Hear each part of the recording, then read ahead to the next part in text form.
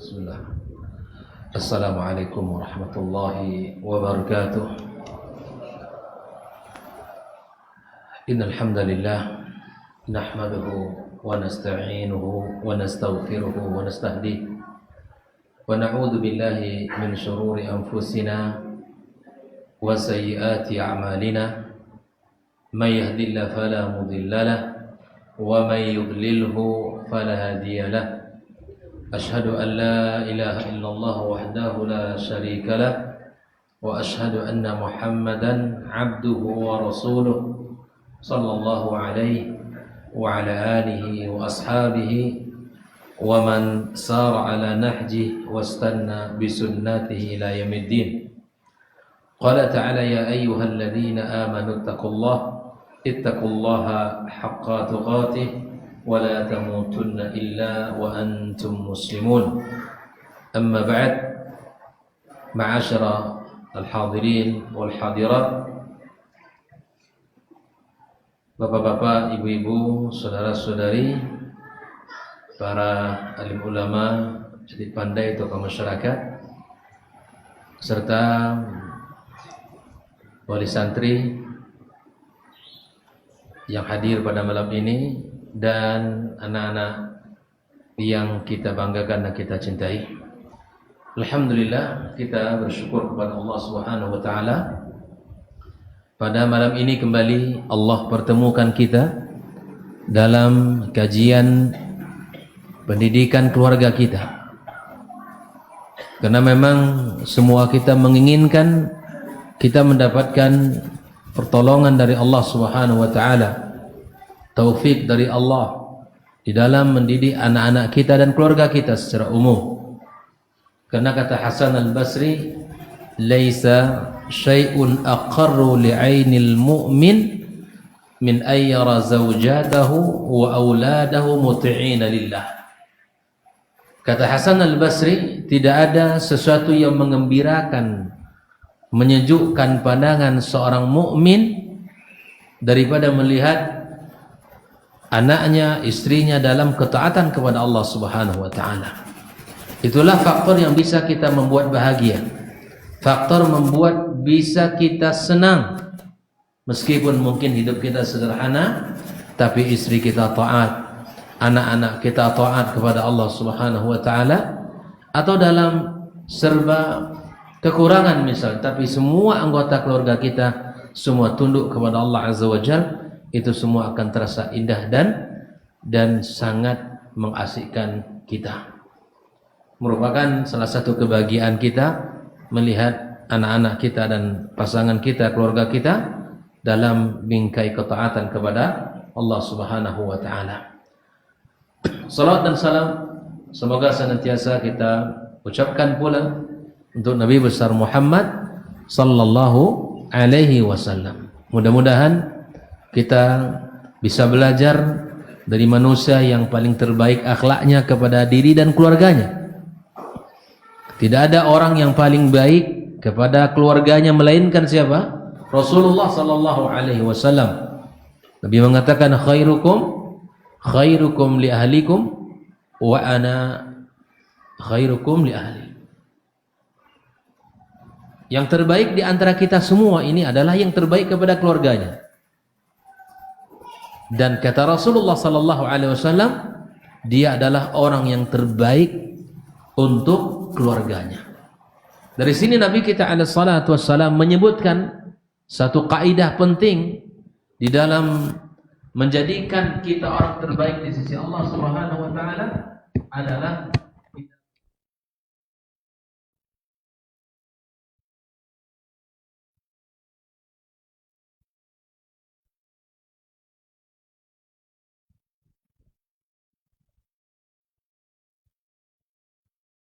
dan kita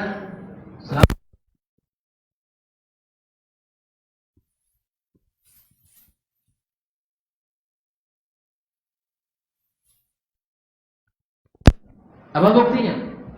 Ketika seseorang di alam barzakh, ketika seseorang sudah dikuburkan, kemudian beliau melewati pertanyaan-pertanyaan malaikat, man rabbuka, siapa Rabbmu?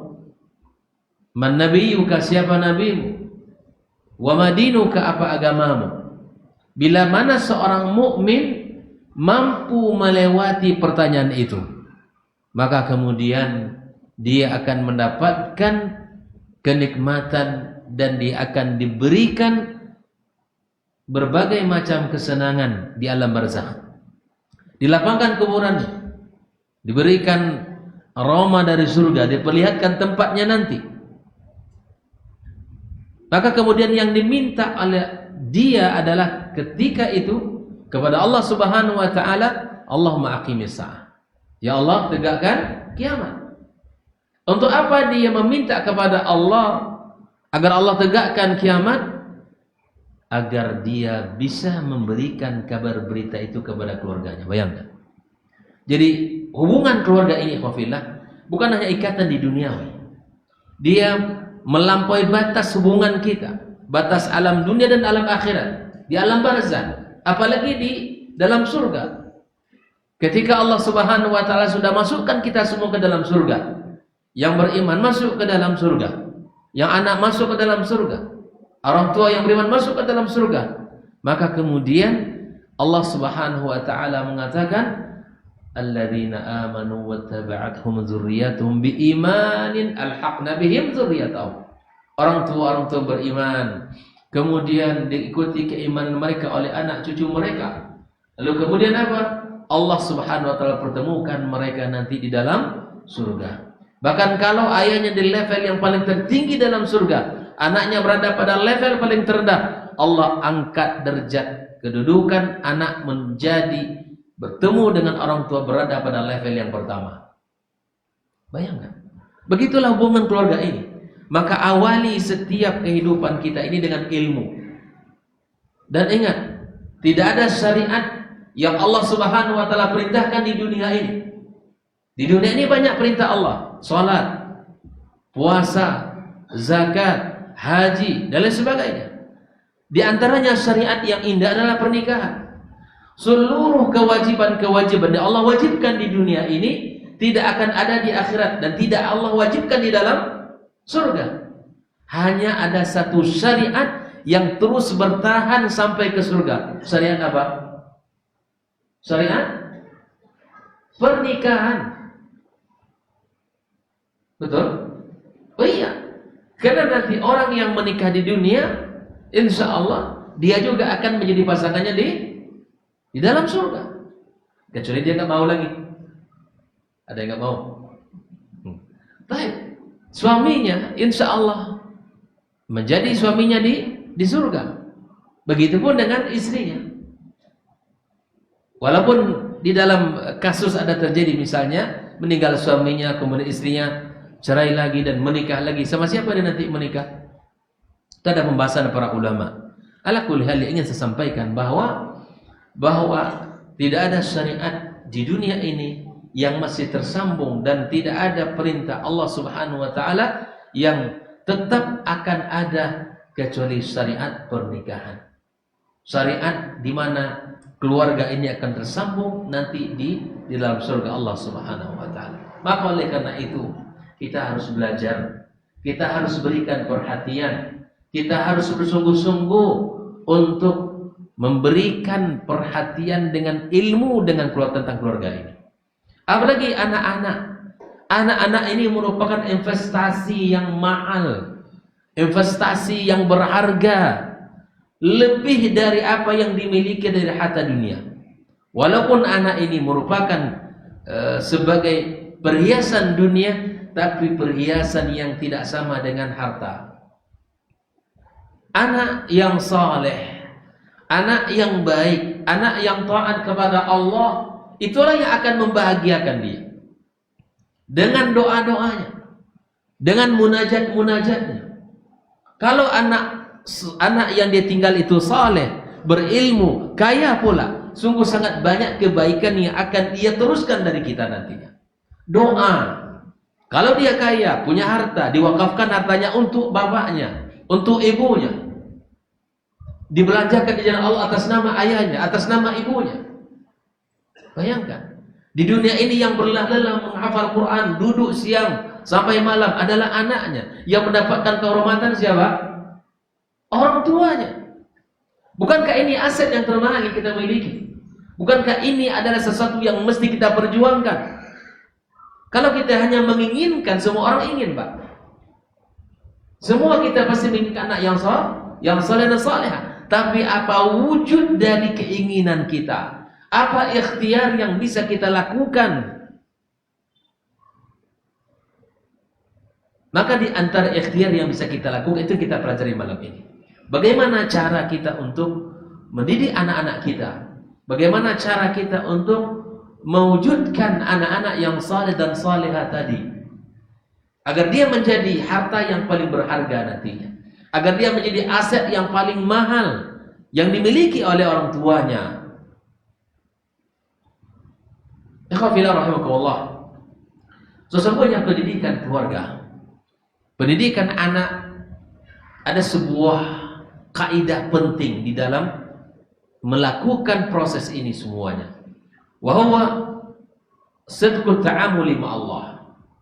Di antara kunci keberhasilan dan di antara kunci yang mesti kita pakai untuk membuka sesuatu yang tidak mungkin dilakukan, kita dapatkan secara usaha manusia adalah as-sidqu fi ta'amuli ma'allah azza wa jalla. Kita betul-betul jujur di dalam berinteraksi dengan Allah tabaraka wa ta'ala. Apa maknanya? Seluruh interaksi yang kita lakukan, kita sebagai seorang ayah, interaksi kita dengan Allah harus baik. Hubungan kita dengan Allah harus baik, harus terjaga, harus menjadi sebuah hubungan yang akrab dengan Allah Subhanahu wa taala. Betapa banyak orang-orang yang mendapatkan keberkahan dari keturunan mereka disebabkan dengan kesolehan dia sebagai orang tua. Ikhtiar manusia ini bisa kita lakukan, Pak. Mencari sekolah yang terbaik, mencarikan guru yang terbaik, tapi itu belum tentu jaminan.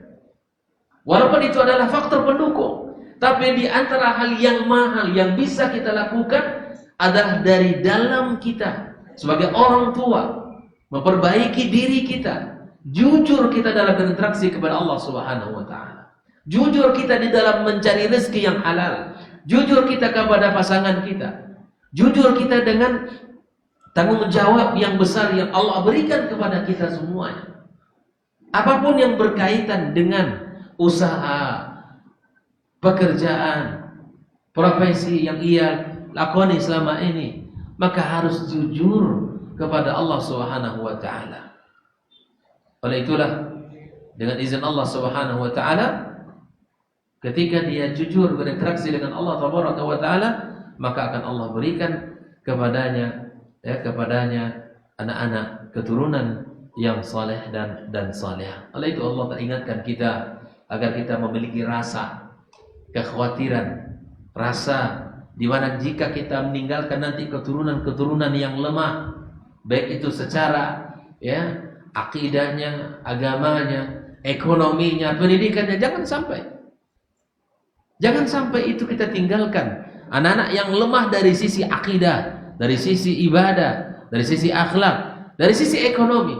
Walaupun ayat ini adalah disebutkan bagaimana dari sisi ekonomi, tetapi tentunya kita lebih khawatir kita kepada anak yang kita tinggalkan bila mana dia tidak memahami agama dengan baik. وَلْيَخْشَى الَّذِينَ لَوْ تَرَكُوا مِنْ خَلْفِهِمْ ذُرِّيَّةً ضِعَافًا خَافُوا عَلَيْهِمْ فَلْيَتَّقُوا اللَّهَ وَلْيَقُولُوا قَوْلًا سَدِيدًا. Kekhawatiran itulah yang harus kita jadikan sebuah energi, sebuah motivasi untuk bisa kita terus bergerak, belajar, menuntut ilmu. Karena tidak ada jalan yang paling baik, Pak, untuk memperbaiki diri melainkan jalan ilmu. Jalan ilmu. Jalan ilmulah yang bisa menerangi seluruh usaha kita. Seluruh apa yang kita lakukan, ilmulah yang akan bisa mengontrolnya. Ikhwafillah rahimakumullah. Maka di antara bentuk-bentuk kejujuran kita kepada Allah Subhanahu wa taala adalah al-musara'atu fil khairat. Di antara kejujuran kita dalam berinteraksi kepada Allah Tabaraka wa taala, bentuknya adalah al-musara'atu fil khairat. Kita bersegera di dalam melakukan amal baik. Segera kita melakukan ya apa saja yang Allah cintai dan apa saja yang Nabi sallallahu alaihi wasallam perintahkan untuk kita kerjakan sebagai orang tua. Makanya di antara perkataan Sa'id Ibn Musayyib bahwa wallahi la azidanna fi salati li ajlik. Aku tambahkan rakaat salatku wahai putraku, kata beliau,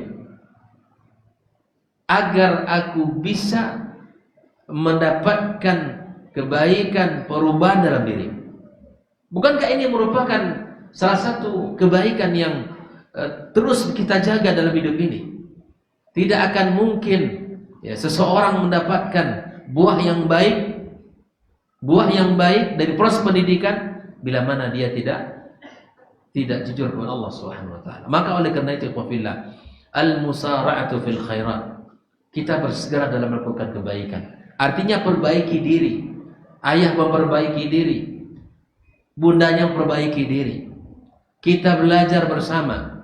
Kita jika ada kekurangan kita evaluasi bersama dan kita perbaiki. Al-musara'atu fil khairat. Yang kedua, saudara kiram, di antara bentuk sidqut ta'amul ma Allah adalah doa Allahil mustamir ila salahil abna. Sebuah senjata yang tak boleh hilang dari tangan kita adalah doa yang tak boleh putus dalam diri kita, dalam hidup kita. Tidak boleh ini, Pak. Tidak boleh putus kita mendoakan anak-anak kita. Tidak boleh kita berhenti bagaimanapun keadaannya. Sesungguhnya pendidikan itu bukan 1 hari 2 hari, tapi dia merupakan proses yang panjang. Hari ini belum tumbuh nampak, belum nampak hasil dari pendidikan. Bersabar, doakan terus. Dan 2 kaidah ini, bersegera di dalam kebaikan dan kemudian berdoa kepada Allah, itu adalah kaidah yang digunakan oleh Nabi. Siapa yang tahu? Nabi Zakaria alaihissalam. Nah, bersegera di dalam melakukan kebaikan dan selalu berdoa kepada Allah dengan penuh harap dan cemas. Itu kaidah yang dilakukan oleh Nabi Zakaria alaihissalam. Ya, Anda buka surat Al-Anbiya 89 dan 90. Itu tolong Al-Qur'annya dibuka, lihat ayatnya, dibaca. Perhatikan itu. Bagaimana Zakaria alaihissalam dipuji oleh Allah Subhanahu wa taala. Kita tahu Nabi Zakaria, nabi yang juga termasuk telat mendapatkan keturunan. Nabi yang tidak mendapatkan keturunan di awal pernikahan. Tapi kemudian Allah Subhanahu wa taala katakan wa Zakaria, dan Nabi Zakaria idz nada rabbahu, ketika dia berdoa kepada Rabbnya, Rabbi la tadharni fardan, ya Allah, kata Nabi Zakaria, jangan engkau tinggalkan aku hidup sendiri. Jangan engkau tinggalkan aku hidup sendiri, dalam artian jangan tidak engkau berikan kepadaku keturunan. Wa anta khairul warithin, dan engkau adalah sebaik pewaris. Artinya yang akan memberikan keturunan. Ingat, Nabi Zakaria sekali lagi nabi yang telat, Pak. Disampaikan bahwa menikah di usia muda 30 tahun, tetapi baru mendapatkan keturunan, baru diijabah oleh Allah Subhanahu wa taala doanya di usia 100 tahun. Apakah sulit bagi Allah memberikan keturunan kepada Nabi Zakaria, seorang nabi pilihannya? Tidak ada yang sulit bagi Allah. Tetapi itulah sunnah dalam perjalanan hidup dia, mendapatkan ya seorang anak di usia senja. Nah, apa yang menjadi rahasia? Apa yang menjadi rahasia Nabi Zakaria alaihissalam di antara hikmah ya yang kita petik dari perjalanan dia adalah fastajabna lahu, kami kabulkan doanya. Apa rahasia doanya dikabulkan oleh Allah? Wa wahabna lahu Yahya, dan kami berikan kepada Zakaria seorang anak yang bernama Yahya. Wa aslahna lahu zawjah, dan kami perbaiki keluarganya. Maksudnya istrinya di sini yang dulu awalnya dia tidak bisa memberikan keturunan, maka sekarang dia bisa memberikan keturunan. Kalau kita amati kata aslahna itu adalah kata yang Allah sematkan kepada wanita yang baik secara fisiknya sempurna dan secara akidahnya juga benar. Makanya dalam Al-Qur'anul Karim sering saya disampaikan juga bahwa kata istri di dalam Al-Qur'an disebut oleh Allah dengan zaujatun dan zauj. Imra'atun, zaujatun dan imra'atun. Zaujatun disematkan kepada istri yang sempurna secara fisiknya, sehat, dan juga secara agama. Di antara contohnya adalah istri Nabi Zakaria setelah awalnya Allah katakan imra'atun karena dia tidak bisa memberikan keturunan. Begitu juga dengan Nabi Lut alaihissalam, bukan tidak bisa beri keturunan. Begitu juga dengan Nabi Nuh, istri Nuh Nabi alaihissalam, bukan tidak bisa berikan keturunan, tapi istri Nuh dan Lut tidak sejalan dengan agama dan akidah yang dibawa oleh suaminya. Maka disebut oleh Allah imra'ah. Jelas ya? Maka di sini Allah katakan wa aslahna lahu zaujah, kami jadikan istrinya saleh atau kami perbaiki, dan akhirnya istrinya hamil dan Allah Subhanahu wa taala berikan kepadanya seorang anak yang bernama Yahya. Nah, inilah sifat yang dimiliki oleh Zakaria alaihissalam. Sudah dibuka Qurannya tadi? Tolong diamati nanti ya. Al-Anbiya 89 sampai 90. 2 ayat itu. Saya minta Pak Antum punya Quran, coba dibuka itu, ya. Apa kata Allah tabaraka wa taala? Innahum kanu.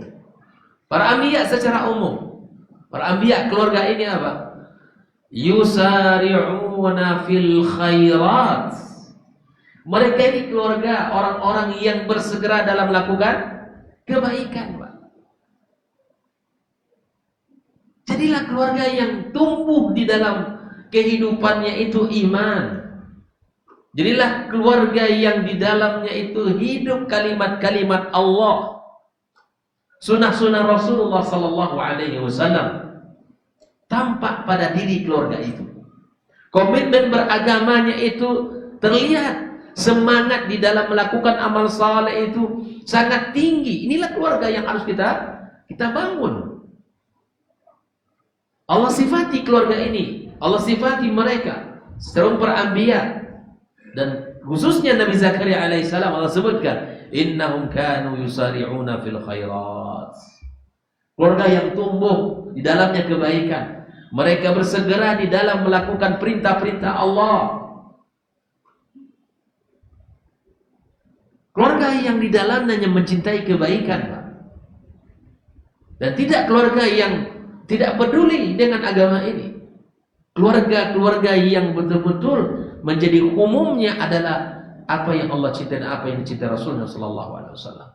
Jelas. Jadi segera kita lakukan kebaikan. Apalagi ya hari ini Masya Allah, kemudahan bagi kita melakukan kebaikan sangat banyak. Ya, kajian-kajian keilmuan untuk mengokohkan iman dan pemahaman kita sangat banyak. Baik itu hadir langsung ataupun secara online bisa kita nikmati hidangan keilmuan itu. Berikan waktu ikhwafillah. Berikan waktu untuk bisa kita nikmati ya apa-apa yang Allah perintahkan. Berikan waktu kita untuk belajar. Apalagi di masjid sini Masya Allah tabarakallah kajiannya sangat banyak. Nikmati, hadir bersama keluarganya. Jadilah keluarga-keluarga yang cepat di dalam bersegera melakukan amal saleh dan kebaikan. Disampaikan oleh Allah Subhanahu wa taala. Nah, yang kedua, yang tak kalah pentingnya di antara cara metode yang ada pada diri Nabi Zakaria alaihissalam, wa yad'unana raghaban wa rahaba. Mereka selalu berdoa dengan harap dan cemas. Berdoa kepada Allah Subhanahu wa taala. Berdoa kepada Allah, panjangkan sujud kita, banyakkan munajat kita kepada Allah. Allah tidak akan pernah bosan dengan apa yang kita minta sampai kita bosan meminta. Allah tidak pernah bosan dengan ketaatan kita sampai kita sendiri yang bosan melakukan ibadah itu. Allah Subhanahu wa taala Maha Rahman, Maha Rahim. Allah Subhanahu wa taala Khabir. Allah mengetahui segala apa yang ada dalam hati kita, dalam dada kita. Minta kepada Allah dengan jujur. Kata Nabi SAW, jika dia jujur dalam permintaan, Allah akan beri. Jika dia betul-betul jujur di dalam permohonan, Allah akan berikan apa yang dia minta, bahkan lebih baik dari apa yang dia minta kepada Allah Subhanahu wa taala. Jelas ya, berdoa kepada Allah SWT. Perbanyak doa. Jangan putus kita berdoa, karena doa adalah silahul mu'min, dan dia merupakan mukhul ibadah, inti dari ibadah itu. Kenapa doa itu sebagai inti ibadah? Karena pada doa itu terkandung nilai tauhid. Ketika kita meminta kepada Allah, dia yakin Allah akan memberinya, padahal dia tidak nampak Allah Subhanahu wa taala. Dia yakin Allah mendengarnya, dia minta. Yakin Allah Subhanahu wa taala melihat dia dan dia berhati-hati. Begitu. Maka doa ini adalah senjata kita. Sungguh sangat banyak kisah di dalam Islam bagaimana doa ini merubah keadaan. Bagaimana doa ini merubah kondisi. Dan Nabi sallallahu alaihi wasallam telah mewanti-wanti jangan sampai kalimat yang buruk lahir dari lisan kita untuk putra-putri kita. Waliyadzubillah. Mahmakan, bagaimanapun keadaan dan kondisinya. Oleh itu, sekali lagi, dua kaidah ini adalah kaidah yang dicontohkan oleh Nabi Zakaria alaihissalam. Jadilah orang tua yang bersegera melakukan kebaikan-kebaikan, dan jadilah orang tua yang selalu berdoa kepada Allah Subhanahu wa taala. Jangan pernah putus di dalam memohon kepada Allah Subhanahu wa taala. Di sepertiga malam terakhir, minta kepada Allah Subhanahu wa taala. Ya. Allah telah menyebutkan, hal min sa'ilin fa'u'diyah. Adakah yang meminta di waktu itu aku beri? Hal min mustaghfirin fa'aghfirulah. Adakah orang yang meminta ampun aku ampuni? Wahal min da'watin fa'astajibul. Adakah orang yang berdoa, aku akan kabulkan doa. Bayangkan. Sebuah kesempatan, fasilitas yang Allah berikan kepada setiap hamba yang beriman. Tapi terkadang kita melewati waktu-waktu emas itu. Melewati waktu-waktu yang sangat indah itu. Ya Allah, bangun di dalam kehidupan kita, anak tangga, kebaikan-kebaikan. Di antara hal yang tak boleh putus dalam kehidupan kita apa? Adalah al-hayatu ma'al Quran. Hidup kita bersama Al-Quran. Barangkali kita menghafal tidak lagi bisa fokus seperti mana anak-anak kita. Tapi paling tidak Pak, paling tidak kita ini punya wirid khusus, waktu khusus yang bisa kita lakukan bersama Al-Quranul Karim. Makanya subhanallah, kalau melihat kisah kehidupan para as-salafus saleh, sungguh sangat jauh dalam kehidupan kita. Mereka adalah 7 hari khatam. 7 hari khatam. Dan bahkan para ulama memakruhkan kita khatam, kalau tidak khatam sampai 40 hari, makruh. Orang yang tidak khatam, tidak pernah. Bahkan subhanallah, saya ingin tanya, kapan mungkin? Coba tanya diri kita masing-masing. Kalau saya tanya nanti riak pula masing-masing. Kapan terakhir kita khatam Al-Quran Al-Karim? Kapan kita terakhir orang yang mengkhatamkan Al-Quran, membaca Al-Quran? Kapan? Coba jujur kita, ikhwafillah. Mungkin untuk kita menghafal, untuk kita mungkin mentadaburi, belum semaksimal yang bisa diharapkan. Paling tidak anak tangga membaca saja belum selesai, bagaimana mau yang lainnya, mau mentadaburinya, mau menghafalnya. Untuk anak tangga yang paling bawah membaca saja belum lulus kita terkadang. Bayangkan, coba Pak. Makanya subhanallah, ini Ramadan tinggal berapa hari lagi? 90 hari Pak. Kalau disebut 90 hari lagi Ramadan akan hadir. Jangan sampai kita khatam Al-Quran hanya di bulan Ramadan tahun yang lalu. Makanya ini yang diadukan oleh Nabi kepada Allah. Sesungguhnya kaumku telah menghijr Al-Quranul Karim. Jangan sampai itu masuk kita dalam yang diadukan oleh Allah, yang diadukan oleh Nabi kepada Allah Subhanahu wa taala. Jangan sampai kita termasuk yang menghijr Al-Quranul Karim. Buka Al-Quran kita. Keberkahan Al-Quran itu akan kita rasakan, Pak. Akan kita rasakan. Tak bisakah kita 1 jam dalam 1 hari dalam untuk Al-Quran? 24 jam kita punya waktu dalam sehari semalam 24 jam. Tidakkah kita mampu untuk memberikan 1 jam untuk Al-Quranul Karim? Kalau kita ingin termasuk keluarga yusari'una fil khairat, ayo Al-Quran ini dulu, mulai dari Al-Quran. Kita mulai dari Al-Quranul Karim. Suami punya wirid, istrinya punya waktu. Ayo kita sama-sama perbaiki diri kita dari Al-Quranul Karim. Karena Al-Quran itu disebutkan oleh Allah syifa, hudan, rahmah, banyak, mau'izah. Sifat-sifat Al-Quran itu akan memberikan manfaat kepada kita. Mulai dengan Al-Quran. Mulai dengan Al-Quranul Karim. Ayo kita menjelang Ramadan kita tamat khatam 1 kali. Kalau kita lihat bagaimana khatamnya para sahabat itu ada. Mereka punya hizib-hizib. Kalau kita ikuti ini juga bagus. Punya hizib-hizib khusus mereka di dalam Al-Quranul Karim itu. Ikhwafillah, sekali lagi bahwa saya tekankan, jadilah keluarga al-musara'atu fil khairat, yang bersegera melakukan kebaikan, yang punya kepekaan terhadap amal saleh, dan diantaranya adalah dengan Al-Quran. Mulai dengan Al-Quran semuanya. Ngaji, punya waktu duduk. 1 juz 1 hari berarti dalam hitungan 30 hari kita sudah apa? Kira-kira 1 juz berapa menit? 1 jam. Tidak sampai, Pak.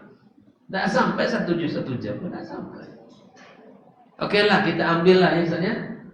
Ayo saya ngajak diri saya dan seluruh jamaah sekalian. Kita punya wirid 1, berikan. Tidak adakah waktu 24 jam ini untuk Al-Quran? Dia itu akan menjadi syafaat kepada kita pada hari kiamat kelak. Dan dia akan menjadi cahaya di dalam kehidupan kita di alam akhirat nanti. Dia akan datang kepada kita. Dia akan datang kepada kita, meminta kepada Allah, ya Rabb, mana'tuhu fil laili, aku tahan dia di malam hari agar dia tidak tidur, dia membaca, dia kemudian mengulang-ulang. Akan datang kepada Allah di hari kiamat membela kita. Iqra'ul Qur'ana fa innahu ya'ti yaumal qiyamati syafi'an. Baca Al-Quran itu membela. Ya. Kita buat wiridnya. Maksud wiridnya adalah waktu-waktu, jadwal-jadwal yang memang memberikan, itu adalah sebuah kualitas untuk berkualitas kehidupan kita ini.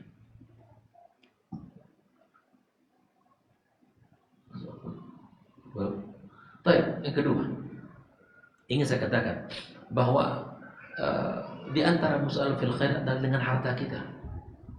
Banyak kisah dalam kehidupan kita orang beriman ini.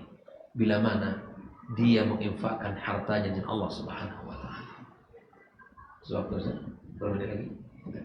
Maka kemudian saya ingin sampaikan sebuah kisah, dan kini kisah wakil nanti. Ini terjadi di Arab Saudi. Orang-orang yang subhanallah ketika itu dia salah seorang orang kaya yang sangat banyak duitnya, lalu kemudian dia mengidap suatu penyakit, yang penyakit itu divonis oleh ahli bahwa tidak akan bertahan lama kehidupan dia. Dalam keadaan dia seperti kebingungan, dia berjalan di sebuah pasar. Berjalan melihat seorang ibu yang membeli daging. Tapi kemudian dia melihat daging itu hanya diberikan oleh tukang daging hanya lemak-lemak, kemudian beberapa daging sedikit. Lalu dia bertanya, kenapa kamu berikan lemak lebih banyak daripada dagingnya? Kata dia, ya hanya uang yang ia berikan cukup untuk membeli tersebut. Melihat keadaan seperti ini, maka dia katakan, tolong berikan kepada ibu itu setiap hari 2 kilo daging dalam setahun lamanya. Berapapun dia, setiap hari berikan dia 2 kilo daging untuk keluarganya. Akhirnya dia bayar 2 kilo daging itu untuk setahun.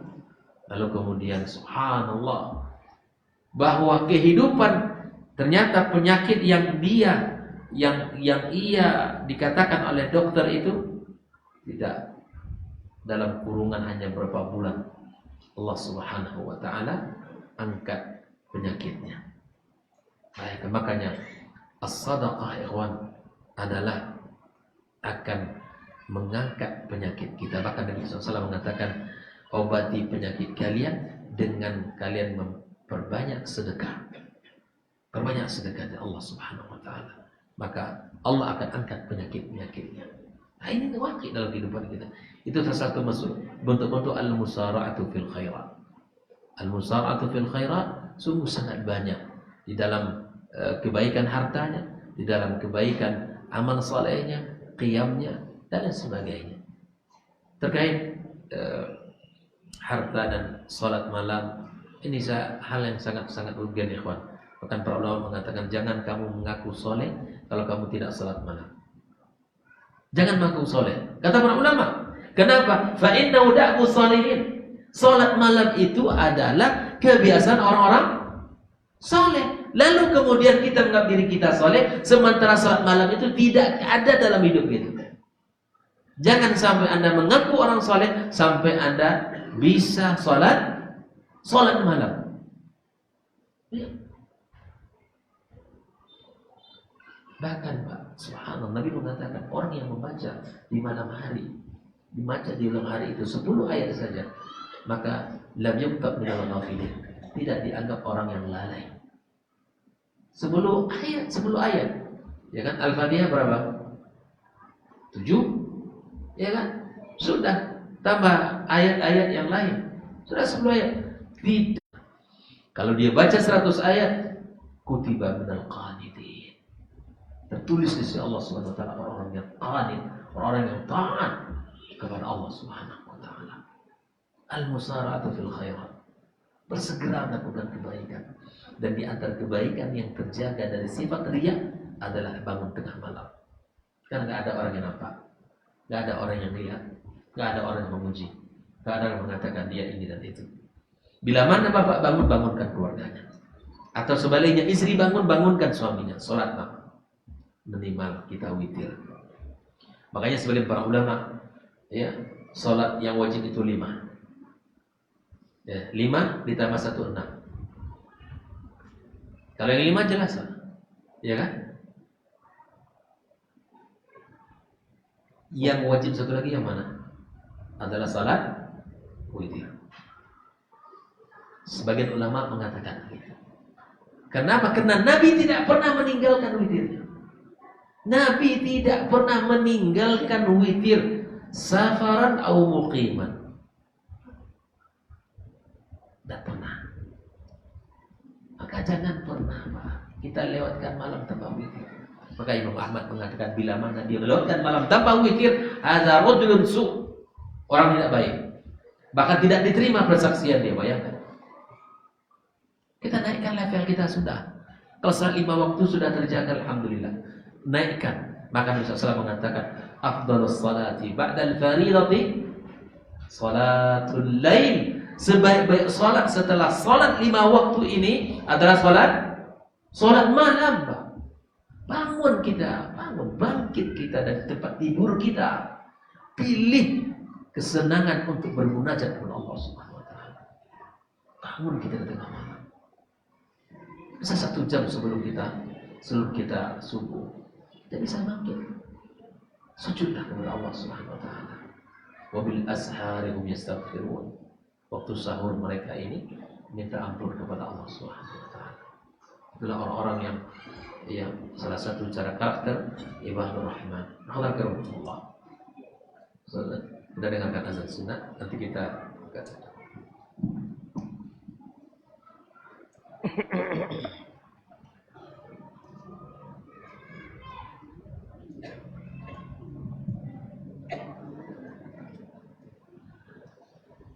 Allahu Akbar, Allahu Akbar,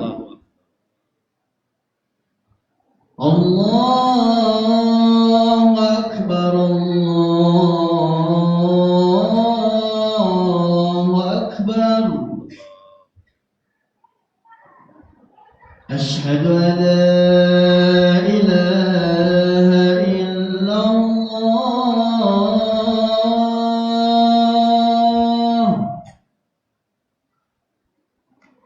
Asyhadu an la ilaha illallah.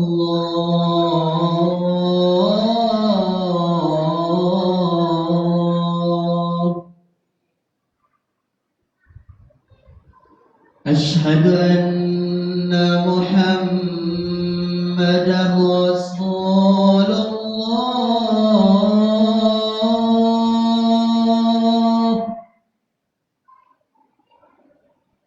Asyhadu anna Muhammadar Rasulullah.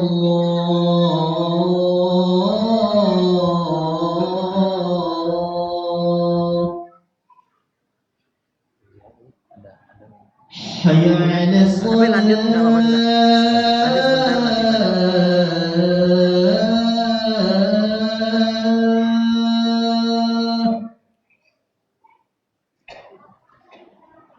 Hayya 'alas shalah.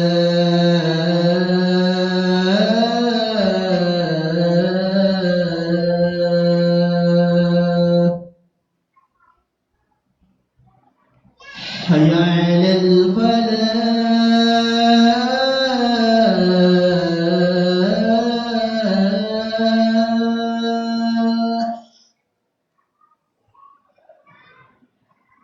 Hayya 'alal falah.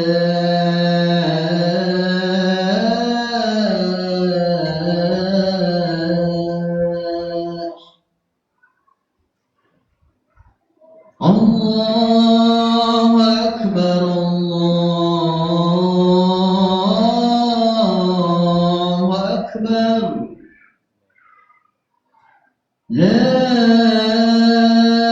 ilaha illallah.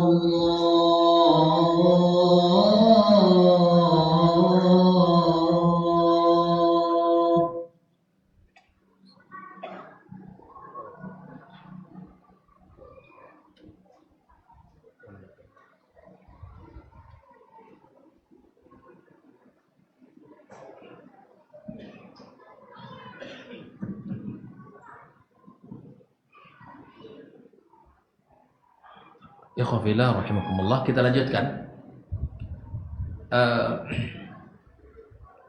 Kaidah berikutnya yang melekat pada diri Zakaria alaihi salam, innahum kanu yusari'una fil khairat, bersegera di dalam melakukan kebaikan, wa yad'unana raghaban wa rahaba, mereka selalu berdoa kepada Allah dengan penuh harap dan cemas. Dan yang ketiga, wa kanu lana khashi'in, keluarga-keluarga yang khusyuk. Keluarga-keluarga yang khusyuk. Inilah 3 kaidah di dalam keluarga Zakaria alaihissalam yang patut untuk kita tiru bersama agar kita mendapatkan kebaikan dari apa yang kita usahakan ini. Yahya, kalau Yahya ikhwafillah rahimakumullah, Allah telah sebutkan kepadanya, ya Yahya khudhul kitaba biquwwah. Yahya ini anak yang sejak kecil bersemangat di dalam belajar dan menuntut ilmu. Zakaria, ya subhanallah, dikaruniakan anak Yahya, dan Yahya ini tipe anaknya adalah anak yang tangguh, bersungguh-sungguh dan tidak mau bermain-main. Bahkan kawan-kawan yang ngajak main, dia menangis. Menangis. Kalau anak kita tak diajak main, menangis. Kalau Yahya, ya kalau diajak main menangis, nggak mau dia.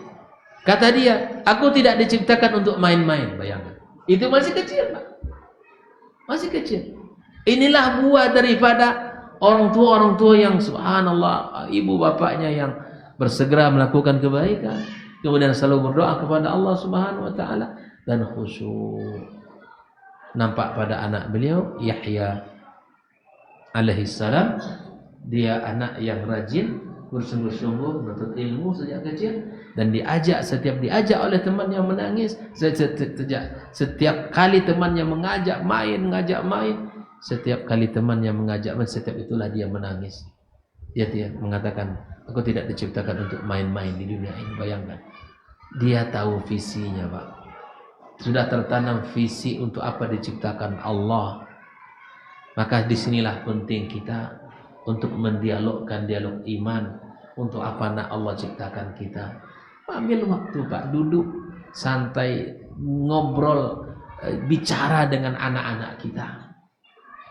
Ya, sering saya sampaikan bahwa di antara yang paling indah untuk berinteraksi adalah di saat kita berada di atas kendaraan, di atas mobilnya, di atas sepeda motornya, atau sedang di hadapan makan, ya, bukan hanya sekedar untuk makan dan minum. Ketika itu gunakan sarana untuk kita mendapatkan menyampaikan ilmu kepada putra-putri kita, rahimahullah. Jelas ya? Makanya penting kita belajar sekali lagi agar kita merasakan betapa ilmu ini akan merubah sesuatu yang ada dalam diri kita, dikarenakan bahwa kita sangat butuh kepada Allah Subhanahu wa taala, dan kita sangat butuh dengan taufik dari Allah Subhanahu wa taala. Inilah 3 kaidah yang ada pada Zakaria alaihissalam. Yang pertama tadi, bersegera melakukan kebaikan. Yang kedua adalah selalu banyak dalam memohon kepada Allah, berharap dan cemas, ya, dan kemudian khusyuk, ya, orang-orang yang khusyuk. Misalnya orang-orang yang khusyuk dalam salat, dia akan lebih khusyuk di luar salatnya. Maka itu fillah rahimakumullah. Nah, kalau kita kaitkan tentang keberhasilan dan penjagaan Allah, bukan hanya anak ini akan terbentuk sebuah pemahaman, tapi lebih daripada itu, nanti kesolehan orang tua itu akan memberikan penjagaan. Dijaga anak itu oleh Allah Subhanahu wa taala. Dijaga generasinya oleh Allah. Jadi kesolehan kita yang kita kerjakan, yang kita lakukan ini bukan hanya akan mendapatkan karakter anak, visi yang faham tentang hidup, bukan itu saja, tetapi lebih daripada itu, ikhwafillah, Allah Subhanahu wa taala akan menjaga keturunannya. Allah akan menjaga anak, cucu dan cicitnya. Allah akan jaga itu.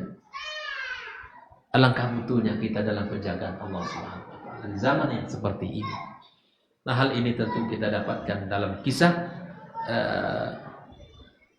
yang Allah abadikan dalam surat Al-Kahfi ayat 82. Ya, ayat yang sering kita baca juga, ya, tentang pembahasan pengaruh orang tua yang saleh terhadap keturunannya. Allah katakan, wa ammal jidaru fakana li ghulamaini yatimaini bil Madinah. Adapun dinding rumah yang berroboh itu adalah pemilik 2 anak yatim. di negeri itu. Ya, ini kan kisah Nabi Zakaria, Nabi Musa dengan Nabi Khidir. Ya, Khidir di dalam surah Al-Kahfi Allah badikan. Wa kana tahtahu kanzul lahuma, di bawah dinding yang hampir roboh itu ada harta. Ya, harta yang Allah simpan untuk dua anak yatim ini. Pak, negeri ini negeri yang tak peduli. Di zaman Nabi Musa itu negeri orang yang hidupnya tidak peduli dengan orang lain. Tidak peduli. Bahkan Nabi Musa dan Zakaria dan Nabi Musa dan Khidir di saat itu minta minum pun tak dapat. Bayangkan, saking tak pedulinya orang dengan orang lain di zaman itu. Sehingga apa, ternyata Allah yang turun tangan menjaga dua anak yatim ini. Andaikan mereka tahu bahwa di bawah dinding rumah yang roboh itu ada harta, pasti mereka akan perhatikan. Nah, oleh karenanya disitulah Khidir memberikan informasi kepada Musa agar memperbaiki dua dinding rumah yang roboh itu. Rahasia kenapa Allah jaga hartanya, wa kana abuhuma salih. Dua ayat ini saya minta kepada orang tua membaca ulang-ulang. Yang pertama surat apa tadi? Al-Anbiya 89 sampai 90. Yang kedua Al-Kahfi ayat 82. Tolong ya di rumah diulang-ulang nanti ayat ini, dibaca ulang, lihat artinya, terjemahannya, dilihat pula ya tafsir-tafsir ulama tentang dua ini. Renungi, tadaburi. Ya bagaimana kok bisa dijaga Allah harta dua anak yatim itu? Yang lebih hebatnya adalah disebutkan oleh para ulama wal abus sabi'. Dia adalah garis keturunan yang ketujuh dari silsilah keluarga ini. Bukan ayah langsung yang soleh itu. Ya. Artinya apa? Kita memperbaiki diri hari ini. Kita sebagai orang tua hari ini memperbaiki diri kita menjadi orang tua yang beriman, yang bertakwa kepada Allah. Berharap anak kita, anak dari anak kita, kemudian cucu dari anak kita, kemudian sampai Allah Subhanahu Wa Taala jadikan dunia ini hancur binasa. Kita berharap keturunan ini terus Allah jaga. Kita berharap jangan sampai dari keturunan kita ini yang keluar dari agama yang mulia. Jangan sampai anak garis keturunan kita ke depan, ya, orang-orang yang tidak tahu dengan agama, orang yang tidak tahu dengan Islam. Jangan.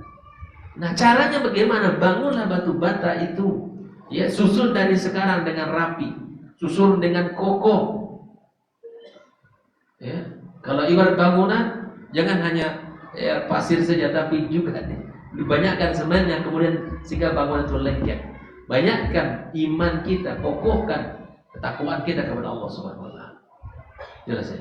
Jadi apa yang kita bangun hari ini, Bapak Ibu Saudara mati Allah, bukan untuk kita, bukan untuk kita saja, bukan untuk anak keturunan kita langsung hari ini, tapi anak daripada anak kita, anak daripada anak dari anak kita, dan seterusnya sampai garis keturunan kita nanti ke depan, entah berapa ya tahun ke depan, ratus tahun bahkan ribu tahun ke depan, dunia ini terbentang. Ya, kita berharap. Kita tidak tahu amal mana yang akan mengangkat keluarga kita ini. Kita tidak tahu amal perbuatan mana yang akan bisa menjaga daripada keturunan kita ini. Maka tidak ada rahasia penjagaan Allah terhadap keluarga yang lebih hebat daripada kesolehan orang tua. Wa kana abuhuma salihah. Fa arada rabbuka yablugha ashuddahuma wa yastakhrija kanzahuma rahmatan min rabbika wa ma fa'altuhu an amri. Ikhwafillah rahimahullah.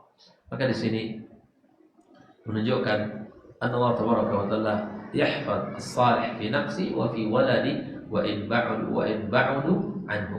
Allah akan jaga dirinya, keturunannya, anak-anaknya, cucu-cucu cicitnya, walaupun generasinya telah jauh dari dia, Allah akan jaga itu semua.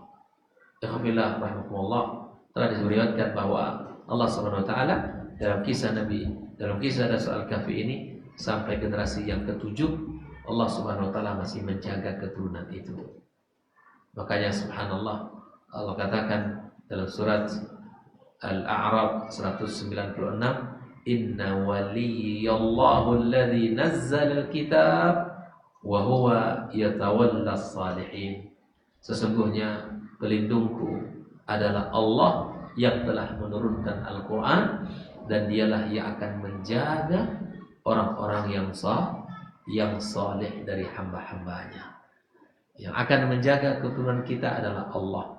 Yang menjaga anak-anak kita adalah Allah Subhanahu wa taala.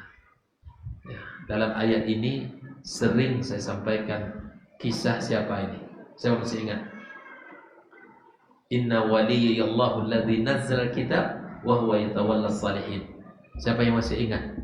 Di dalam ayat ini yang sering saya sampaikan kisah tentang siapa? Siapa masih ingat? Hah? Nabi Yunus? Yang lain? Ayat inna waliyallahu alladzi nazzala kitab wa huwa yatawallas salihin.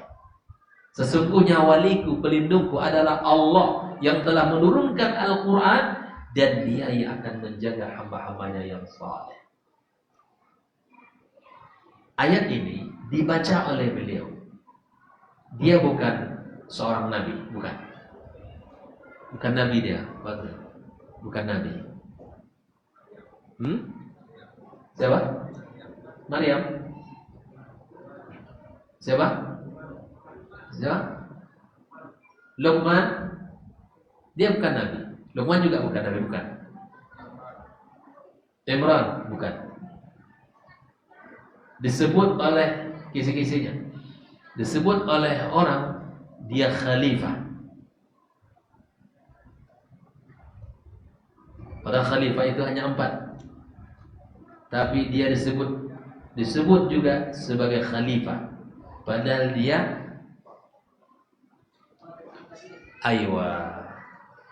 Umar bin Abdul Aziz. Umar bin Abdul Aziz. Ayat ini yang dibaca oleh beliau. Surah apa tadi? Al-A'raf 196. Tolong dicatat ya, dan dibuka. Berarti malam ini sudah 3 ayat kita punya. Ya, 3 ayat ini. Yang pertama surat apa tadi? Al-Anbiya 89 sampai 90. Yang kedua Al-Kahfi ayat 82. Yang ketiga Al-A'raf 196. Nah, apa kata Umar bin Abdul Aziz? Inna waliyallahu alladzi nazzala al-kitab wa huwa yatawallas salihin. Ayat ini dibaca oleh beliau kapan? Saat dia sakit menjelang kematian.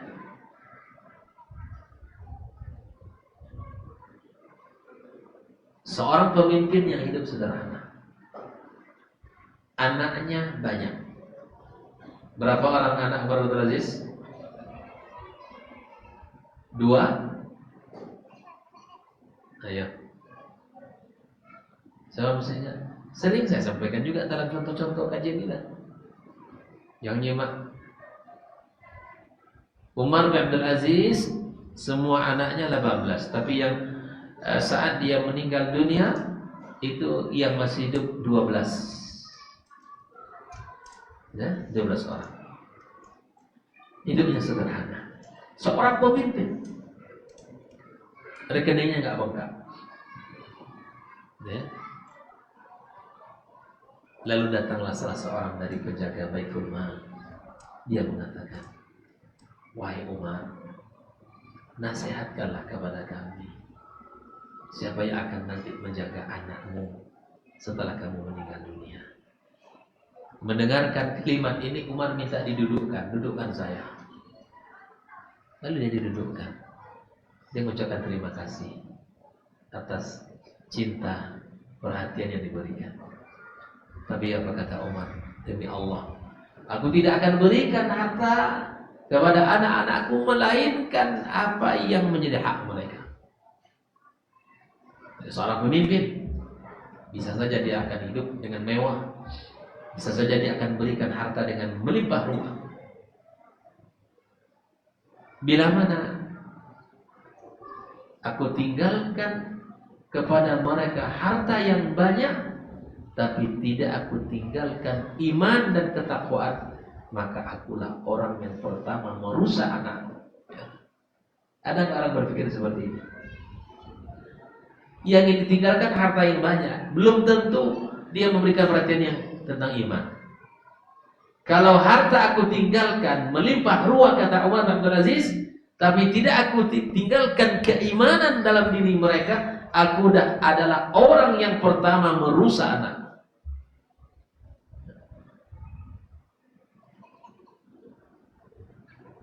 Tapi aku tinggalkan kepada mereka keimanan, walaupun aku tidak banyak meninggalkan harta untuk mereka. Karena aku yakin, kata dia, Allah yang akan menjaga mereka. Dibacalah ayat itu sama dia.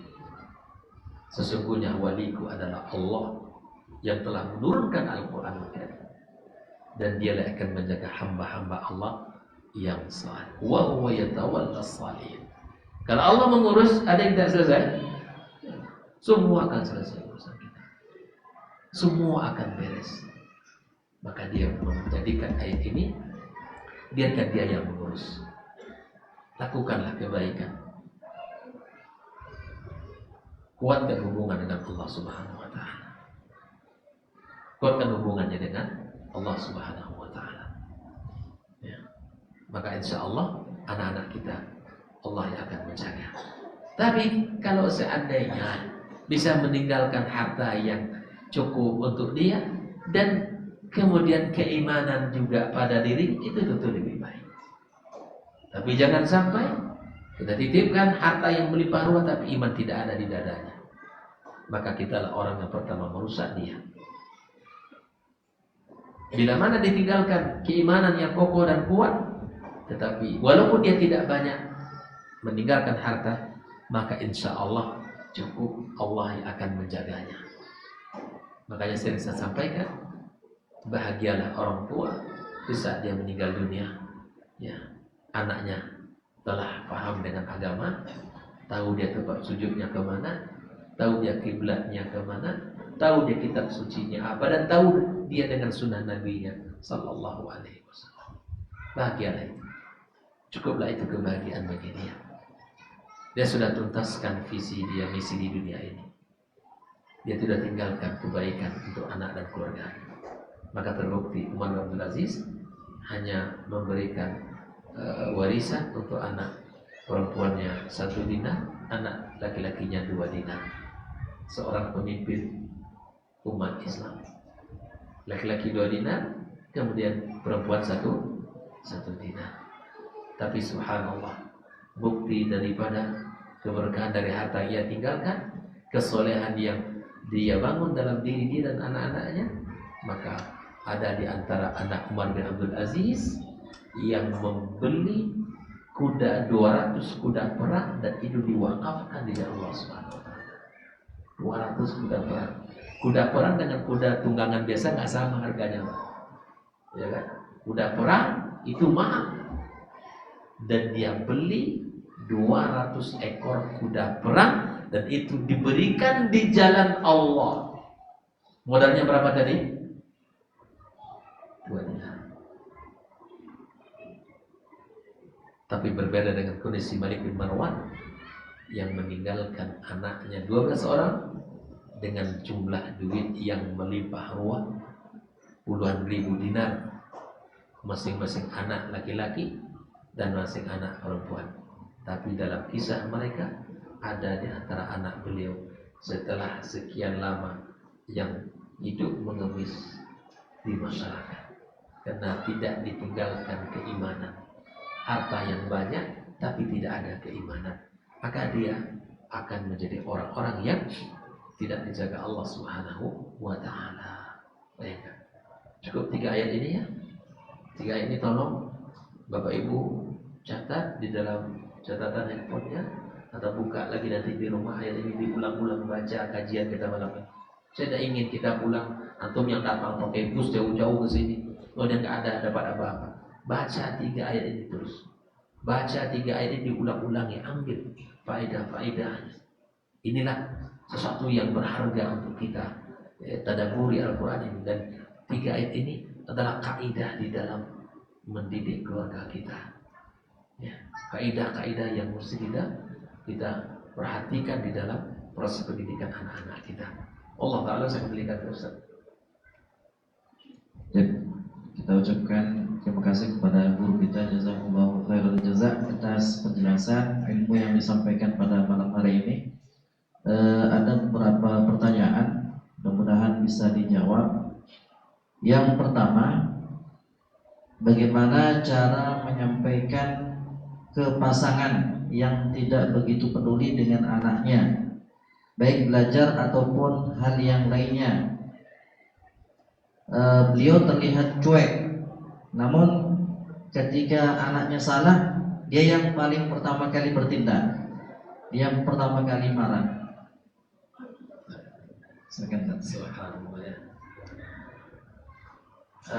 Ya Allah. Bukankah kita di saat memulai pernikahan kita sudah paham bahwa kita punya tanggung jawab. Kita punya tanggung jawab, baik itu terhadap diri kita masing-masing atau kepada pasangan kita. Ada hak dan kewajiban yang mesti kita saling tunaikan. Suami kepada istrinya, dia punya kewajiban yang mesti ditunaikan dan ada hak yang dia dapatkan. Begitu juga sebaliknya, istri juga punya kewajiban yang mesti dia tunaikan, dia ada hak untuk dia dapatkan. Terkadang berjalan waktu dalam pernikahan ini kita sudah mulai melupakan tanggung jawab itu. Bukankah Nabi kita sallallahu alaihi wasallam telah mengatakan bahwa kullukum ra'in wa kullukum mas'ulun an ra'iyatihi. Dia bertanggung jawab atas apa yang dipimpinnya. Hadirkan rasa itu. Hadirkan dalam diri kita tanggung jawab saya adalah anak saya, istri saya. Nah, kalau terkadang lupa dan lalai, maka itulah fungsi dari pasangan. Saya tidak tahu tadi yang cuek itu suaminya atau istri, saya tidak tahu juga. Kemungkinan suami ya, kemungkinan suaminya yang cuek di sini. Maka para ayah, para bapak, para kaum laki-laki sadarlah bahwa tugas kita dalam mendidik ini adalah tugas mulia. Jangan disempitkan tugas bapak-bapak mencari harta saja. Kalau bapak batasi tugas mencari harta, itu berarti bapak hanya menyempitkan tugas yang luas ini. Banyak tugas kita. Allah Subhanahu wa taala katakan ar-rijalu qawwamuna 'alan nisa. Laki-laki ini pemimpin atas kaum wanita. Pemimpin satu. Laki-laki ini di antara makna qawwam itu bukan hanya sekadar pemimpin, tetapi murabbi, sebagai pendidik. Didik dia, didik anak, didik istrinya. Kita tanggung jawab. Kita tanggung jawab. Jangan cuek kepada istri, jangan cuek kepada anaknya. Tanggung jawab kita. Kita sebagai murabbi, pendidik, sebagai pemimpin, sebagai orang yang bertanggung jawab dalam kehidupan rumah tangga di sisi ekonomi, iya kita. Seringkali kaum laki-laki ini menyempitkan tugasnya hanya mencari nafkah, pada tugas kita sangat banyak. Betul, satu di antara tugas yang banyak itu mencari nafkah. Tapi jangan hanya menganggap itu saja tugasnya. Oh, pendidikan itu adalah tanggung jawab perempuan. Tidak. Pendidikan itu tanggung jawab kita dan pasangan kita. Nah, oleh karenanya bagaimana cara mengetahuinya? Satu, ya salah satunya adalah bujuk suaminya untuk bisa ngaji terus, belajar tentang pendidikan anak ini. Itu salah satunya. Bujuk untuk bisa duduk dalam majelis ilmu seperti ini, dalam pembahasan ilmu tentang keluarga, ajak. Itu salah satunya, ajak dia untuk duduk dalam majelis ilmu seperti ini. Yang kedua, ya pilih waktu yang tepat untuk menyampaikannya. Ya. Saya kira kita sudah ngaji kemudian duduk dalam ilmu seperti ini, harus sudah paham, Pak. Jangan kita melempar tanggung jawab itu hanya kepada istri kita. Ingat perkataan Imam Nuqayyim Allah Ta'ala, kebanyakan bahwa rusaknya anak itu datang dari siapa? Dari siapa? Nah, Bapak, kebanyakan rusak anak itu datang dari siapa? Dari ibu, dari bapak. Itu Al-Imam Nuqayyim menyebutkan dari bapaknya. Kerusakan anak itu banyaknya muncul dari bapak. Dia kira dia sudah perhatian dengan kasih uang, dikasih uang jajan, dikasih kebutuhan ini. Dia kira sudah selesailah tugasnya. Dia kira sudah jadi ayah yang hebat kali lah. Kalau sudah kasih uang jajan setiap pagi, bayarkan SPP untuk anak. Itu kewajiban bapak. Kewajiban yang mesti ditunaikan. Belum lagi sempurna kalau seandainya hanya itu yang sudah dianggap sudah selesai. Saya sudah carikan sekolah, saya sudah bayarkan SPP. Itu kewajiban. Anak itu punya hak untuk mendapatkan pendidikan dari sang ayah. Ya.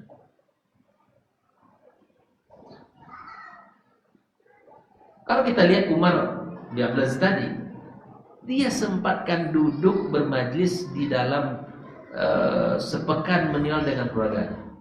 Duduk dia. Jadi ayah yang peduli lah. Makanya sering di Indonesia ini sudah disebut fatherless. Ayah ada tapi tiada. Wujuduhu ka'adamihi.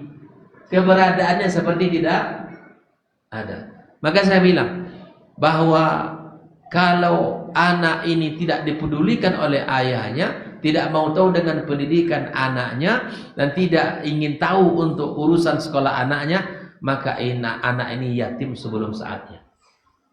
Jelas? Anak ini sudah yatim sebelum masanya. Kami anggap anak yatim. Makanya kalau ada orang tua di tempat kami mendaftarkan anak, istri aja terus datang, balik bu. Nggak kami terima itu. Nggak kami terima. Dan ini fenomena, Pak. Di mana-mana, bukan di sini aja mungkin, di sini mungkin sedikit. Tapi di tempat-tempat di kota-kota, di Pekanbaru khususnya, rata-rata yang mencari sekolah itu siapa? Ibu. Ketika diajak, Pak, ayolah Pak, kita cari sekolah, nah, ibu aja lah cari. Saya ikut ibu aja. Masya Allah. Datang tuh kita, Bu, mana suaminya? Sibuk Ustaz. Balik dulu Bu, cari waktu nak sibuk suaminya. Balik dia. Setelah sepekan balik lagi, datang lagi, Ustaz, saya sudah sampaikan tapi masih sibuk. Iya nggak apa-apa sibuk. Kan insya Allah pasti ada waktu nak sibuknya. Carilah waktu nak sibuk itu, datang ke sini. Balik lagi ibu itu. Karena orang yang seperti ini, bapaknya ada Ustaz. Ini sudah yatim sebelum masanya. Iya. Karena nggak ada bapak, seperti nggak ada bapak. Nggak ada peduli kepada anak dan pendidikan. Justru kita yang peduli, kita yang harus pertama. Kita bapaknya. Nasabnya ke siapa? Ke bapak, Pak. Ke kita nasabnya. Kita yang peduli. Kita yang harus bersungguh-sungguh. Maka saya heran kalau masih ada pertanyaan begitu. Masih ada ketemu orang tua, suami yang tidak peduli dengan anak. Apa bahasa yang harus kita katakan kepada dia ini lagi? Maka itulah, Anda telah meyatimkan anak Anda sebelum masanya. Kalau masih ada yang tidak peduli dengan anak, dengan pendidikan anak, masalah belajar ya, nggak sama mama. Ada PR ya sama mama. Ya, tolong simakkan sama mama. Terus mau diapakan anak ini? Ini bukan anak dia saja, anak kita berdua. Jangan sampai orang tua ayah yang tak peduli dengan anaknya. Maka kami komitmen di sana bahwa di antara PR itu Ustaz, yang saya sampaikan, ada PR bersama ayah, ada PR bersama ibu. Tolong buat di sini Ustaz. Evaluasi. Yang tidak mau peduli dengan anaknya, ya, maka kita ambil komitmen sejak awal. Ambil bagian Pak dalam pendidikan ini. Jangan kita serahkan semuanya kepada istri kita. Tanggung jawab pendidikan itu tanggung jawab kita dan istri kita. Sudah. bukan tanggung jawab istri kita sepenuhnya, kita. Maka bagaimana cara kasih tahu? Pertama harus dengan ilmu, duduk dengan seseorang. Ya. Duduk dengan seseorang. Kemudian kalau bisa ada sarana-sarana yang bisa dikuatkan oleh sekolah, itu salah satunya. Ya, salah satunya. Ya. Maka janganlah dibuat repot lagi istri kita. Ya. Jangan dibuat mereka lagi sudah sendiri.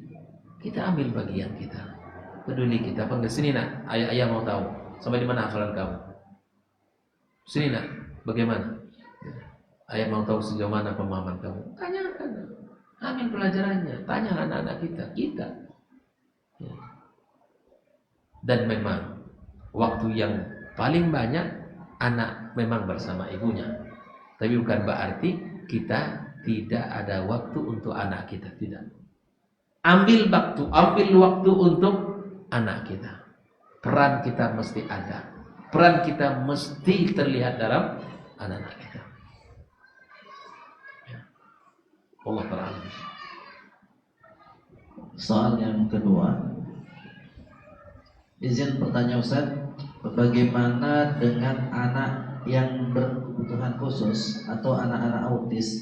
Apakah nanti mereka di hari kiamat akan dihisab, dan apakah benar mereka bisa memberikan syafaat kepada orang tuanya, dan kalaupun bisa, apakah syafaat itu berlaku untuk semua orang tua atau hanya untuk orang tua yang soleh dan soleha?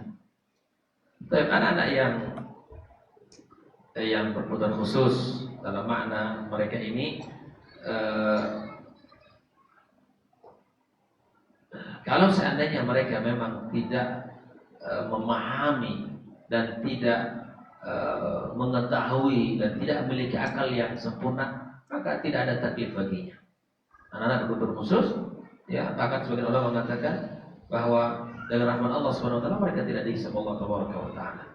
Anak-anak yang autis, yang berkebutuhan khusus, ya, secara akal mereka tidak sempurna, ya, mereka tidak memiliki kemampuan di dalam mencerna, bahkan sampai dewasa. Para ulama Allah Ta'ala mengatakan mereka ini termasuk yang tidak dibebankan kepada syariat, dan mudah-mudahan Allah SWT ya membebaskan hisab mereka. Apakah mereka bisa memberikan syafaat kepada orang tuanya? Allah Ta'ala bersawab. Namun untuk dirinya sendiri dia tidak ada taklif dan mereka masuk ke dalam surga, dan mengatakan, banyak ulama mengatakan tanpa dihisab oleh Allah Subhanahu wa taala. Nah, semoga yang pertama kedua orang tua harus bersabar di dalam mendidiknya, karena orang khusus itu tidak sama seperti anak normal. Barangkali kotorannya berserak di mana-mana, atau barangkali najisnya juga dibuang karena dia tidak tahu ini najis atau tidak. Dia tidak paham apa yang harus dilakukan oleh dia sendiri, tidak paham. Dan subhanallah, hari ini pun banyak orang-orang yang autis yang tingkat autisnya itu berbeda-beda, ya. Nah, bila mana anak ini bisa diarahkan untuk menghafal Quran, maka dengarkan kalam Allah Subhanahu wa taala, biar dia mendengarkan ayat Allah Taala, dan sehingga ada pengaruh dalam dirinya. Allah taala alam bissawab.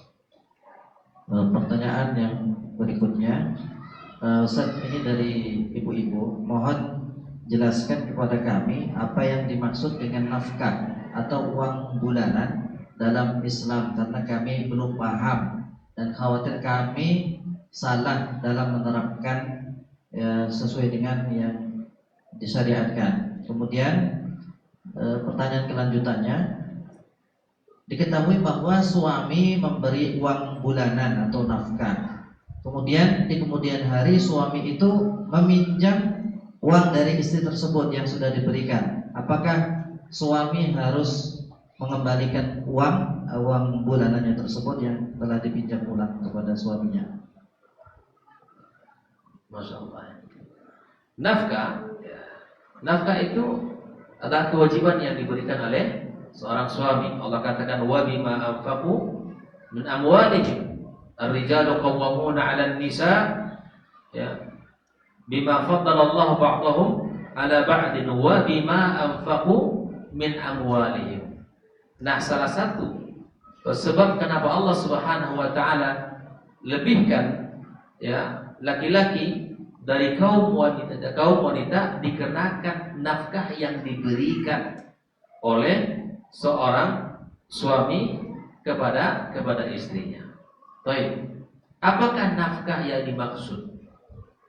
Apakah nafkah yang dimaksud, ya? Maka para ulama mengatakan bahwa nafkah itu ada 3. Di antaranya adalah al-qiswah, pakaian ya. Kemudian as-suknah. Nafkah itu bahwa tanggung jawab kita itu membelikan baju istri kita, membelikan pakaian keluarga kita. Itu tanggung jawab kita, itu nafkah wajib. Yang kedua adalah as-suknah, tempat tinggal. Itu tanggung jawab kita. Baik itu tempat tinggal secara permanen atau tempat tinggal yang temporal. Mungkin kita mengontrak. Itu tanggung jawab kita. Makanya disebutkan oleh Nabi SAW bahwa istri itu apa? Istri itu fa inna zauja wal mar'atu ra'iyatun fi baiti zawjiha. Seorang perempuan itu adalah pemimpin di rumah suaminya.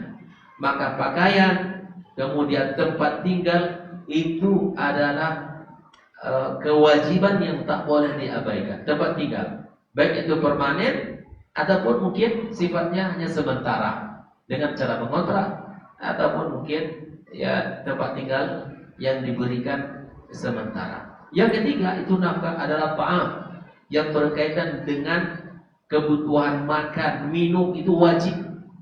Itu wajib, tidak boleh diabaikan. Maka Nabi SAW mengatakan, kafa bil mar'i ithman ayyudayya man yaqut. Cukuplah seseorang berdosa bila mana dia mengabaikan orang yang dalam tanggung jawabnya. Berdosa dia kalau tidak beri makan istrinya. Berdosa dia kalau tidak berikan kebutuhan-kebutuhan primernya. Nah, yang 3 inilah yang termasuk kepada nafkah. Nafkah. Apa tadi? Ada 3. Pertama tempat tinggal wajib. Yang kedua pakaian. Yang ketiga makanan. Seluruh kebutuhan anak kita. Ya makanan, istri kita, tanggung jawab kita nafkah. Nah, inilah yang wajib. Adapun ada misalnya, apakah uang jajan bagian dari nafkah? Skincare bagian dari nafkah? Iya.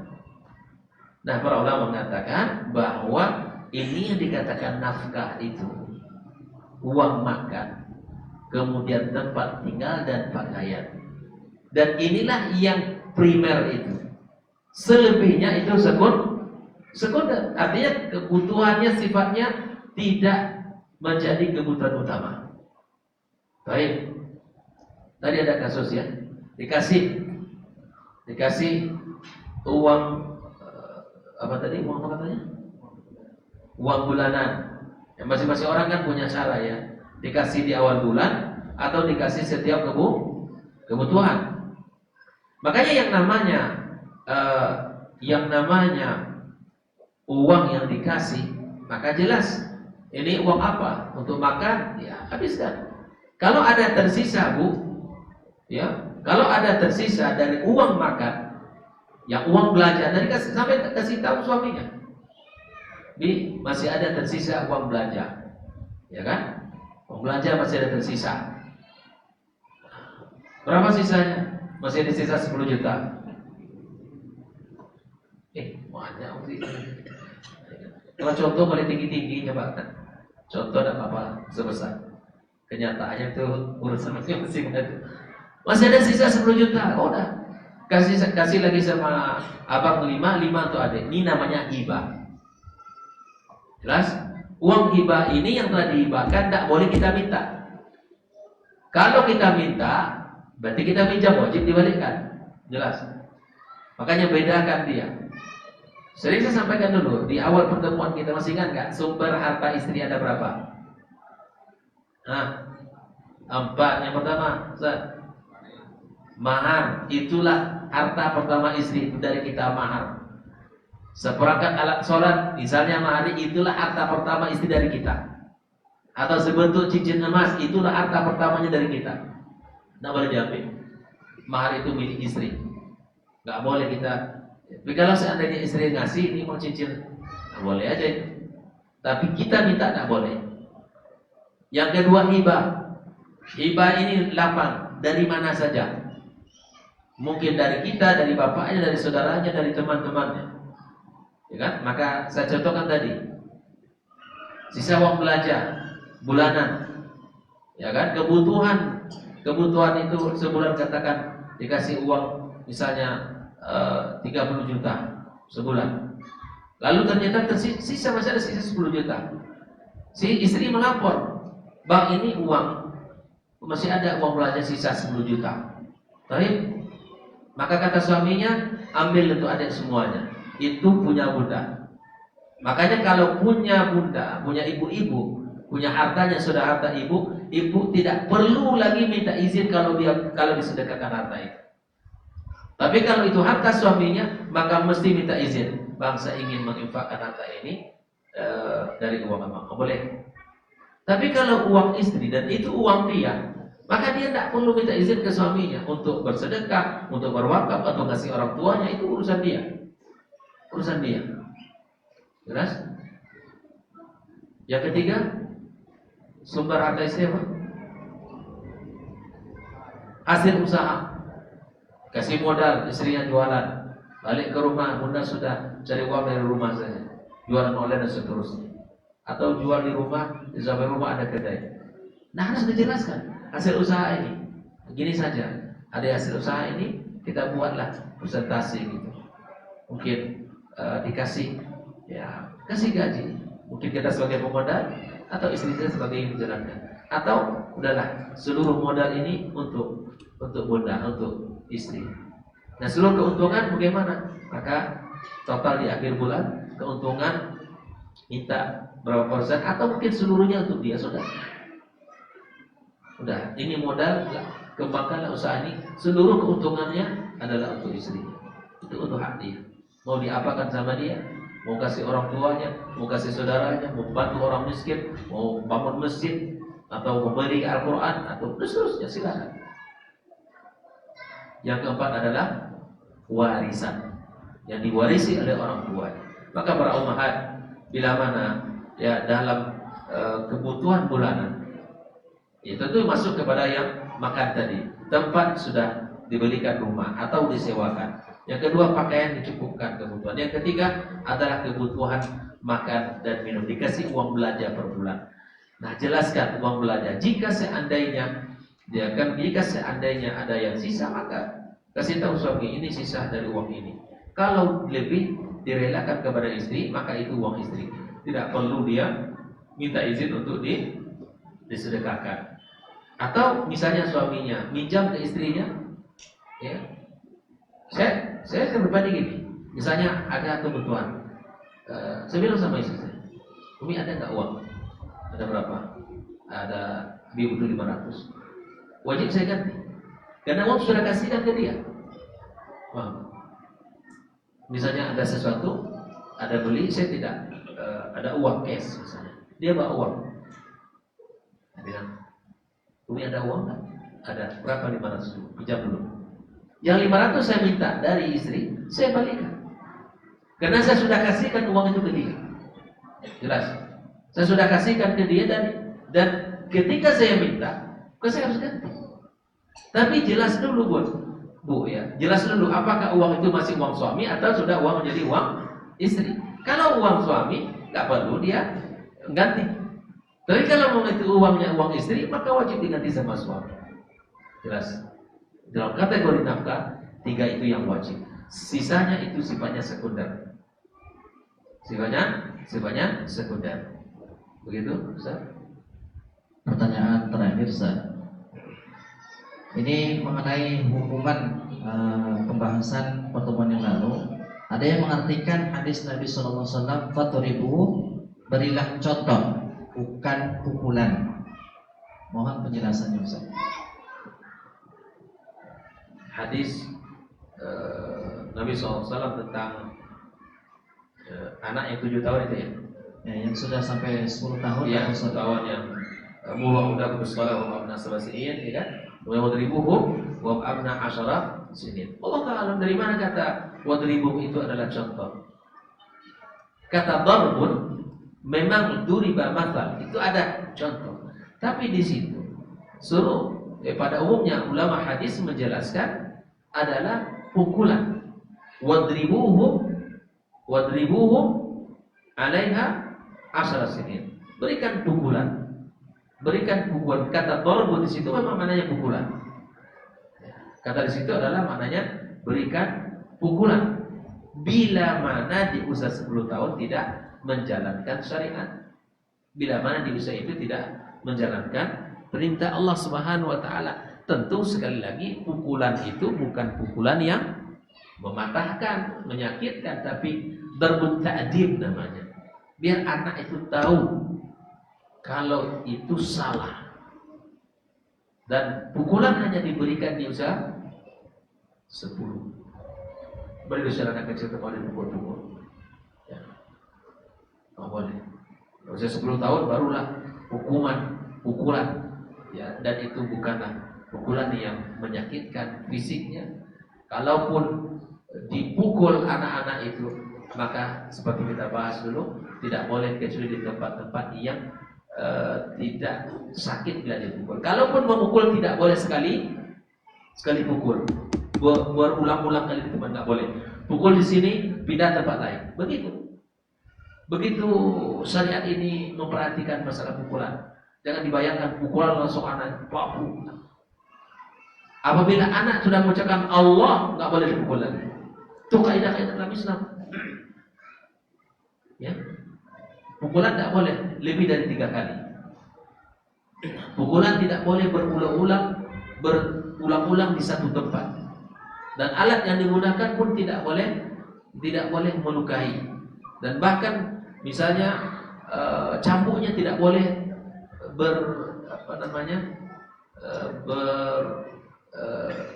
bergumpal sehingga menyakitkan kalau itu dipukul. Tidak boleh.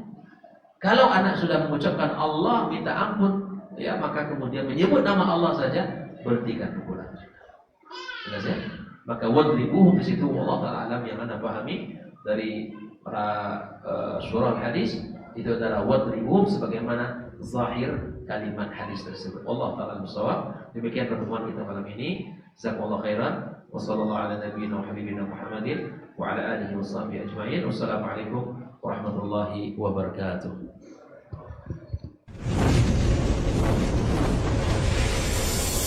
Baba TV Sunnah, belajar agama baru.